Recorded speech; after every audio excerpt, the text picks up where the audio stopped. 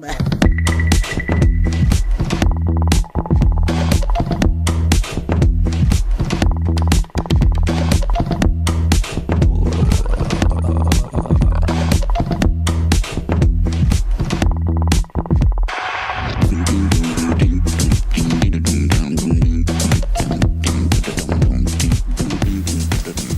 les épaules des géants, une émission produite et animée par Johan Santer et Nathanaël Richard. Bonjour à tous. Sur les épaules des géants, sur les épaules de la connaissance. Vous avez dit un jour, ainsi nous descendrions du singe. J'espère que cela n'est pas vrai. Mais si cela est vrai, prions que cela ne s'ébruite pas. Monsieur Charles Darwin, bonjour et merci d'avoir accepté notre invitation. Je vous en prie, c'est un plaisir de participer à votre émission. Votre autobiographie a été publiée en 1887, 5 ans après votre mort. Pouvez-vous nous en dire un peu plus ? Qu'est-ce qui vous a poussé à le faire ? Vous savez, à mon âge, un bilan est toujours intéressant. À propos, à quel âge avez-vous décidé d'écrire vos mémoires ? J'avais 67 ans. C'est un éditeur allemand qui m'a demandé si j'étais intéressé d'écrire un essai, une réflexion sur mon caractère, mes idées, avec en fond les grandes lignes de ma vie.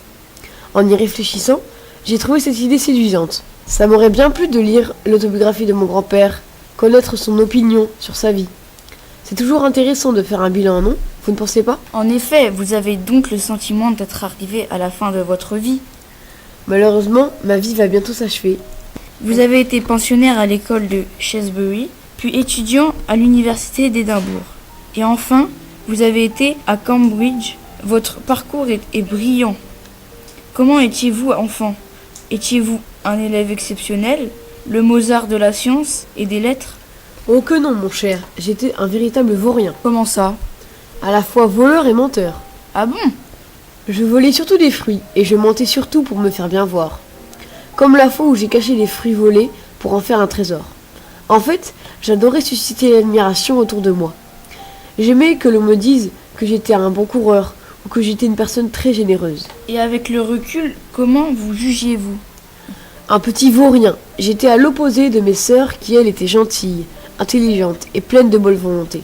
J'étais aussi naïf, comme la fois où le jeune Garnett m'a fait croire qu'en faisant certains gestes avec un vieux chapeau, pouvait me faire obtenir de la part des commerçants tout ce qu'on voulait. D'ailleurs, ce jour-là, heureusement que je courais vite, sinon j'étais bon pour me faire attraper. Vous étiez bon élève ? Pas vraiment. J'étais plutôt un élève ordinaire qui se situait dans la moyenne, voire même légèrement en dessous. Je n'aimais pas les langues, les matières classiques. Par contre, j'appréciais la versification. Je collectionnais avec des amis les vers anciens et on les apprenait par cœur. Je pouvais apprendre facilement par cœur, mais j'ai oublié tout au bout de 2 jours. Par contre, j'appréciais l'histoire naturelle. J'adorais collectionner. C'était une passion. D'ailleurs, j'étais le seul dans la famille à avoir ce goût pour collectionner. Je collectionnais les insectes, les plantes, les pierres. Ce que j'aimais également, c'était la chimie. C'est votre frère qui avait un goût prononcé pour la science, et la chimie plus particulièrement. En effet. Et puisque l'on parle de votre frère, votre famille a-t-elle joué un rôle dans la naissance de votre vocation ? Je ne pense pas, bien que mon frère m'ait transmis le goût pour les sciences. Il était intelligent, il lisait beaucoup, il m'a donné le goût de la lecture. Nous n'avions pas les mêmes goûts, mais la lecture jouait un rôle important dans ma vie. D'ailleurs, un livre a réveillé en moi le goût des voyages. Ce fut une merveille du monde. Quant à mes sœurs, elles m'ont donné toute leur affection. Elles étaient attentionnées, mais c'est tout. On ne peut pas dire qu'elles sont à l'origine de ma vocation. Tout comme mon père. Il était physiquement impressionnant, mais d'une grande gentillesse. Il était attachant, il aimait rire, parler, il cherchait à faire le bien. Il savait quand même se faire obéir. Et votre grand-père, Erasmus Darwin ? C'était un poète et un naturaliste reconnu.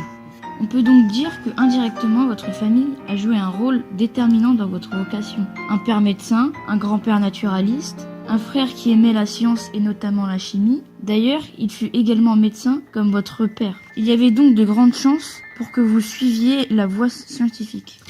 En effet, en plus, mon père nous a laissé un capital important, ce qui aide grandement. Quelle qualité vous prédisposait au métier de naturaliste ? Comme je vous l'ai dit, j'adorais collectionner.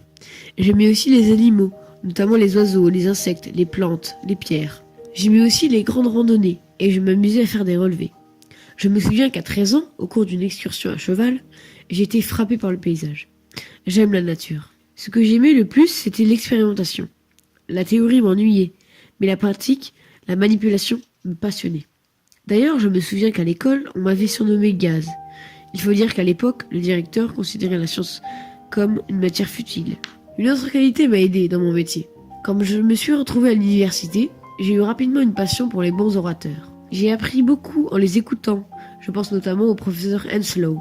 Ça m'a permis d'argumenter et de défendre mes théories, et de persuader l'opinion que j'étais dans le vrai. Vous venez de nous dire que vous aimez la nature. En effet, Vous appréciez les animaux bien sûr, et pourtant vous aimez la chasse. C'est un peu contradictoire. vous avez raison. D'ailleurs, avec le recul, on peut dire que j'aimais la chasse et j'en avais honte. En fait, je pense que j'appréciais surtout tirer avec une arme. D'ailleurs, avec des amis, on s'amusait à tirer à blanc pour éteindre les bougies.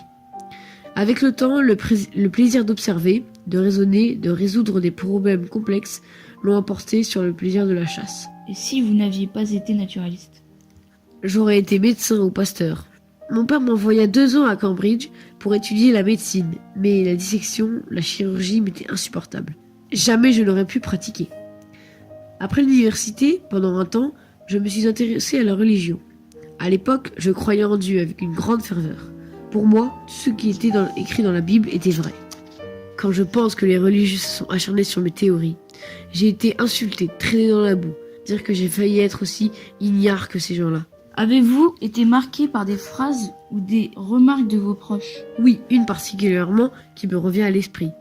Mon père m'a dit une fois, tu ne t'occupes que de la chasse, de chiens et d'attraper des rats.